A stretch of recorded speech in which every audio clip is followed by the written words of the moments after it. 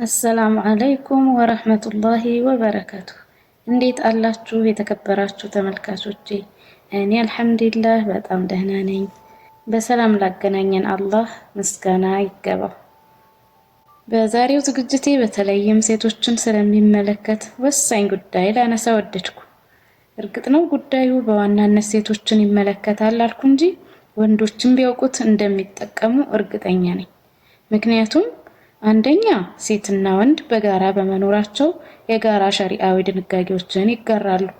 ሁለተኛ ደግሞ ወንዶችም ቢያውቁት ለሴት እህቶቻቸው፣ እናቶቻቸው፣ ለሴት ልጆቻቸው እንዲሁ በአጠቃላይ ለሴት ሙስሊም ኡማ በማሳወቅ ኃላፊነታቸውንም ይወጣሉ። ከአላህ ሱብሓነሁ ወተዓላም አጅር ያገኙበታል። ስለዚህም እንድትከታተሉት በአክብሮት ጋበዝኩኝ። መልካም ቆይታ። በመጀመሪያ ርዕሱን ላሳውቃችሁ። ሀይድ ወይም የወር አበባ በሸሪዓችን ሰፊ ትንታኔና ገለጻ የተሰጠበት ከመሆኑም ጋር ሀይድ ወይም የወር አበባን የሚመለከቱ ህግጋቶችን አለማወቅና አለመተግበር በሰፊው ይስተዋላል። ለዚህም ምክንያቱ ሴቶች ከሀፍረት የተነሳ ጥያቄያቸውን ያለመጠየቅና ስለ ሁኔታውም አለመረዳት እንደሆነ እገምታለሁ። ለማንኛውም ዛሬ በአላህ ፍቃድ በዚች አጠር ያለች ቪዲዮ ስለ ሀይድ ወይም የወር አበባ ምንነት፣ የወር አበባ የቆይታ ጊዜ፣ የወር አበባ ላይ ያለች ሴት ማድረግ ያለባትና ማድረግ የሌለባት ነገር ላይ እንነጋገራለን እና እንዳልኳችሁ ሴቶች ብቻ ሳትሆኑ ወንዶችም ተከታተሉ። ሀይድ በቋንቋ ደረጃ ፈሳሽ ማለት ሲሆን ሸሪዓዊ የሆነው ትርጓሜው ደግሞ በታወቀ የጊዜ ገደብ ውስጥ ለአቅመ ሔዋን ከደረሰች ሴት ማህፀን የሚለቀቅና በመራቢያ አካል በኩል የሚፈስ ምንም አይነት የህመም፣ የቁስለት፣ የውርጃና የውልደት መንስኤ የሌለው ተፈጥሯዊ ደም ነው። ሀይድ በሁሉም የሴት ልጆች ላይ አላህ ያጸናው ጉዳይ ነው። ለመጀመሪያ ጊዜ ሀይድ ያጋጠማት ሴት እናታችን ሐዋ ናት። የሀይድ ደም መኖር የጤናማነትና ማርገዝ የመቻል ምልክት ሲሆን መዛባቱ ወይም ሙሉ በሙሉ አለመኖሩ ደግሞ የጤና መታወክን ጠቋሚ ነው። የሀይድ ሙሉ ለሙሉ አለመኖር ማርገዝ አለመቻልንም ይጠቁማል። የሀይድ ደም ሴት ልጅ ለአቅመ ሔዋን ወይም ብሉግ መድረሷን ጠቋሚ ተደርጎ ይወሰዳል። ይህንን ተከትሎም ማንኛውም አይነት ሸሪዓዊ ድንጋጌዎች ሁሉ ይመለከቷታል።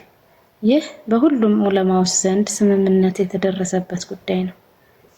የሀይድ ደም ተፈጥሯዊ በመሆኑ ምክንያት የሴቶች ተፈጥሯዊ የአካል አወቃቀር፣ የአካባቢያቸው የአየር ንብረት ሁኔታ እንዲሁም የቤተሰቦቻቸው የዘረመል ተጽዕኖ ስለሚያሳድርባቸው በተለያየ ሁኔታ ይከሰታል። ይህም ማለት በሀይድ ደም ምክንያት ከፊሎቹ ከባድ የህመም ስሜት ሲፈጠርባቸው፣ ከፊሎቹ ዘንድ የሚፈጥረው የህመም ስሜት ደግሞ አነስተኛ ይሆናል። ከፊሎቹ በጣም በጥቂት ቀናት ወይም ሰዓታት ሲነጹ፣ ቀሪዎቹ ደግሞ ሳምንታቶችን ሊወስድባቸው ይችላል። የሀይድ ደም መለያዎች። የሀይድ ደም ቀድሞ ማህፀን ግድግዳ ላይ በጠጣርነት ተከማችቶ የነበረ ደም ነው። ስለዚህ ወደ ውጪ ከፈሰሰ በኋላ ለሁለተኛ ጊዜ የጠጣርነት ወይም የመድረቅ ባህሪ የለውም። የሀይድ ደም በዋነኛነት ወፍራም እንጂ ቀጭን ፈሳሽ አይደለም። ቀለሙ በዋነኝነት ጥቁር ወይም ወደ ጥቁር ያመዘነ እንጂ ንጹህ ቀይ ወይም ቡኒ አይደለም። የሀይድ ደም በተለያዩ ምክንያቶች ሴቶችን ከሚያጋጥማቸው የደም ፍሰት በተለየ መልኩ መጥፎ ጠረን አለው።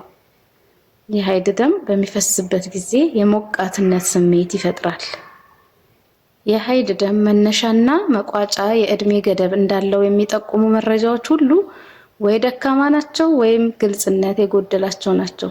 ስለዚህ ሀይድ ከ7 ወይም 9 ወይም 12 ዓመት እስከ 50 ወይም 60 ዓመት ድረስ ባለው የእድሜ ክልል ብቻ ነው የሚከሰተው የሚያስብል የቁርአንም የሐዲስም እንዲሁም ትክክለኛ የሰለፎችን መረጃ የለም። የሴቷ ልጅ የኑሮና የአስተዳደግ ሁኔታ፣ የምትኖርበት አካባቢ የአየር ንብረት ምንነት እንዲሁም የዘር ሐረጎቿ የዘረመል ተጽዕኖ በልጃገረዷ የሀይድ መነሻና መቋጫ እድሜ ላይ የጎላ ተጽዕኖ አላቸው። ያልተለመደ ከመሆኑ ጋር ከፊሎቹ ከ9 ዓመት ቀድመው ሀይድ ሊያዩ ይችላሉ። ምናልባትም ከ50 ዓመት በላይ እድሜ ያላቸው ሴቶችም ሀይድ ሊያጋጥማቸው ይችላሉ። አላህም የሀይድን ጉዳይ ሲገልጽ ከደሙ መኖር አለመኖር ጋር አያያዘው እንጂ ከእድሜ ጋር አላቆራኘውም። ስለዚህ የሴት ልጅ እድሜዋ ምንም ይሁን ምን የሚታወቅ መንስኤ የሌለው ፈሳሽ ደም እስካጋጠማት ድረስ የሀይድ ደም ተደርጎ ይወሰዳል። ይህ የበርካታ ምሁራኖች አቋም ነው።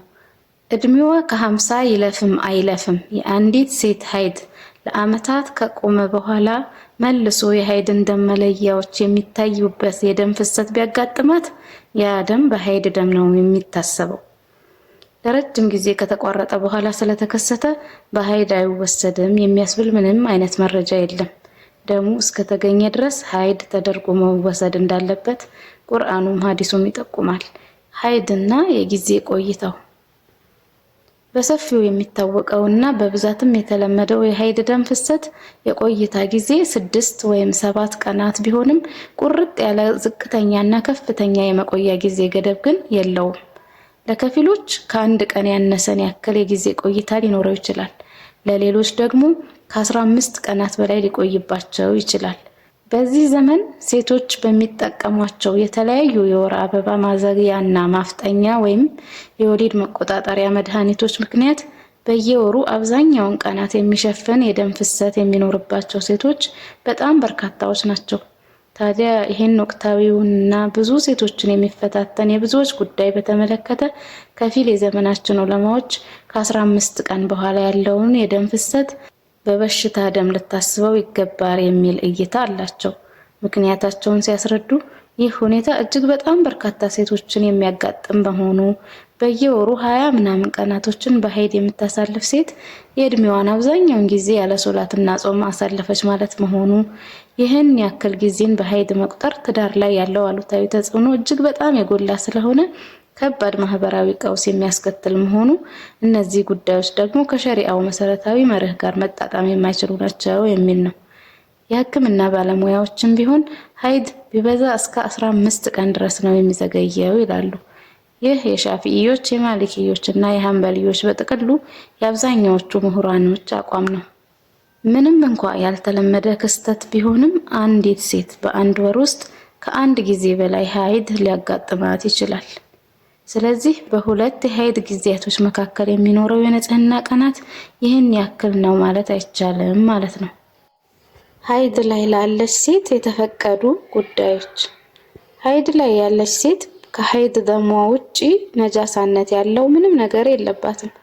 ምራቋ፣ ላቧ፣ መላ አካላቷ ሁሉ ንጹህ ነው። ሀይድ ላይ ካለች ሴት ጋር መሳሳም፣ መተቃቀፍ፣ አብሮ መብላትና አብሮ መተኛት፣ በአጭሩ ከግንኙነት ውጪ ያለን ማንኛውንም ጉዳይ መፈጸም እንደሚቻል የሚጠቁሙ ግልጽ ሐዲሶች እንዲሁም የዑለማዎች ሙሉ ስምምነቶች አሉ። ሀይድ ላይ ያለች ሴት የተለያዩ ልብሶችንና እቃዎችን ማጠብ፣ ምግብን ማዘጋጀት ወይም እጆቿን ፈሳሽነት ባላቸው ነገራቶች ውስጥ መጨመር ትችላለች። ይህን በማድረጓም የሚነጅስ አንድም ነገር የለም። ይህ የዑለማዎች ስምምነት ከተገኘባቸው ነጥቦች ውስጥ ነው።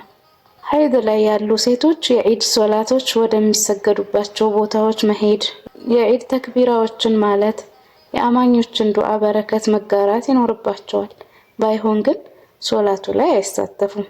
የሚቀመጡትም ከሰጋጆቹ ሴቶች ሶፍ በኋላ ነው። ሀይድ ላይ ላለች ሴት የተከለከሉ ጉዳዮች፣ አንደኛ ሶላት። ሀይድ ላይ ያለች ሴት ግዴታም ይሁን ተጨማሪ የሆኑ ሶላቶችን መስገድ አትችልም። ብትሰግድም የምታገኘው አንዳችም አጅር የላትም። ይልቁንም የአላህን ክልከላ ተላልፋ በመስገዷ ወንጀለኛ ነች። የጌታዋን ክልከላ በማክበር ከሶላት ብትቆጠብ ግን አጅር ታገኝበታለች። በሀይድ ምክንያት ያለፈዋትን ሶላቶች ቀዷ ማውጣት አይጠበቅባትም። ቀዷ ብታወጣም ተቀባይነት የለውም። እንደውም ሸሪዓው ያልደነገገውን በመፈጸሟ ተጠያቂነት አለባት። ሁለተኛ ጾም። ሀይድ ላይ ያለች ሴት መጾም አይፈቀድላትም። ብትጾምም ጾሟ ተቀባይነት የለውም። እንደውም የአላህን ክልከላ በመተላለፏ ወንጀለኛ ትሆናለች። በሀይድ ምክንያት ያለፋትን የጾም ቀናቶች ቀዷ የማውጣት ግዴታ አለባት። በረመዳን ጾም ላይ ሆነ ፀሐይ ከመጥለቋ ከደቂቃም በፊት ቢሆን የሀይድ ደም ያጋጠማት ሴት ያንን ቀን ቀዷ የማውጣት ግዴታ አለባት። 1 ደቂቃ ሲቀረው ስለሆነ ሀይድ ያጋጠመኝ ጾሜ አይፈርስም የሚል ስሌት ተቀባይነት የለውም። በጧቱ ክፍለ ጊዜ በሀይድ ላይ የሆነች ሴት በሰዓቱ ክፍለ ጊዜ ብትጸዳ ምግብም መጠጥም መጠቀም ትችላለች። ከጸዳች በኋላ የረመዳንን የቀኑን ክፍለ ጊዜ የማክበር ግዴታ አለባት የሚል መከራከሪያ አሳማኝ አይደለም። ራስን በመጥፎ ላለማስጠርጠር፣ ሌሎችን ላለማደፋፈር ከማሰብ የተነሳ ከሰዎች እይታ ራቅ ብላ መብላትና መጠጣቷ ግን ተገቢ ነው። ከፈጅር በፊት የጸዳች ሴት ከሀይድ ባትታጠብም እንኳ ጾም መያዝ ትችላለች፣ መጾምም አለባት። ይህ የአብዛኞቹ ምሁራኖች ሀሳብ ነው። ጾም ለመጾም የሀይዱ መቋረጥ እንጂ መታጠቡ እንደ ቅድመ ሁኔታ አይወሰድም። ሀይድ ላይ ያለች ሴት ለሐጅም ይሁን ለዑምራ ኢህራም ማድረግ ትችላለች። ኢህራም ለማድረግ መታጠብ ሱና ስለሆነ ታጥባ መፈጸሟም ይወደድላታል።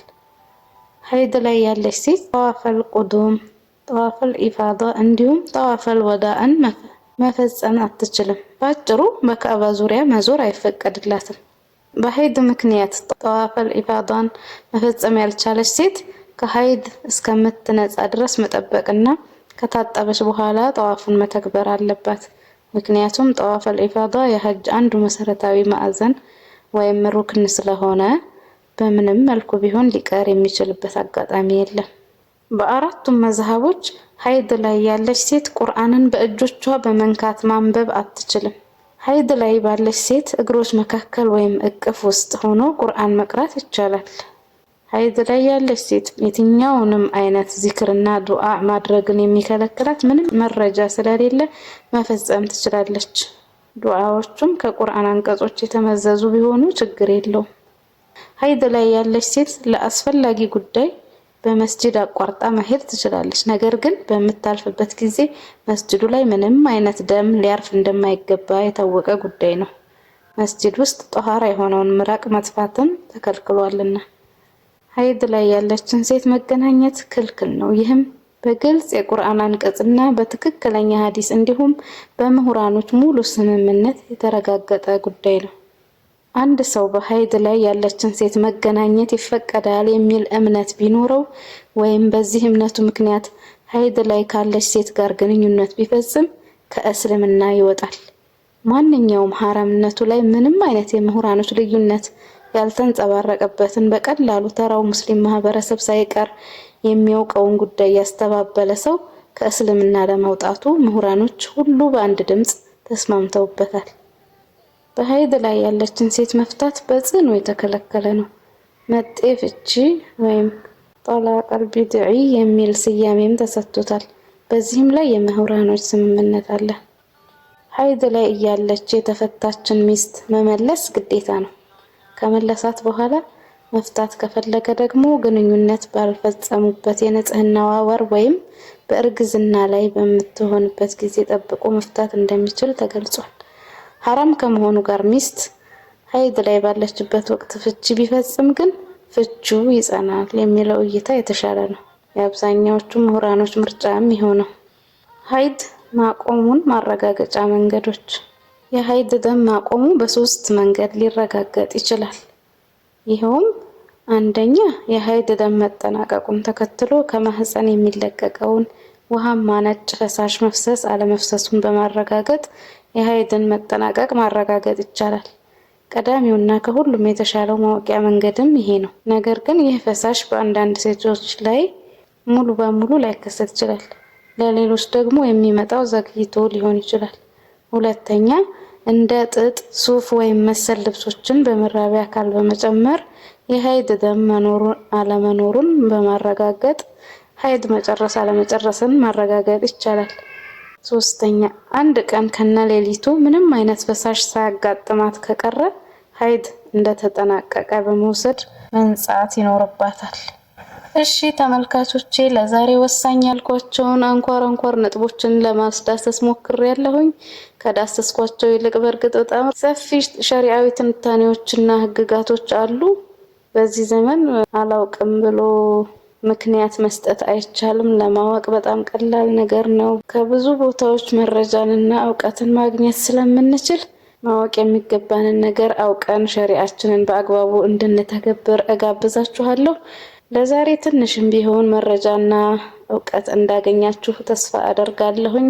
አላህ በሰማነው የምንጠቀም ያድርገን። በነገራችን ላይ ሀይድ ኢስቲሃዳና ኒፋስ በሚል ርዕስ በመሐመድ ሰኢድ ከተዘጋጀ መጽሐፍ ላይ ነው ያቀረብኩላችሁ። በሚቀጥለው በተሻለ ቪዲዮ እስከምንገናኝ መልካም ቆይታ ተመኘሁላችሁ። ሰላም።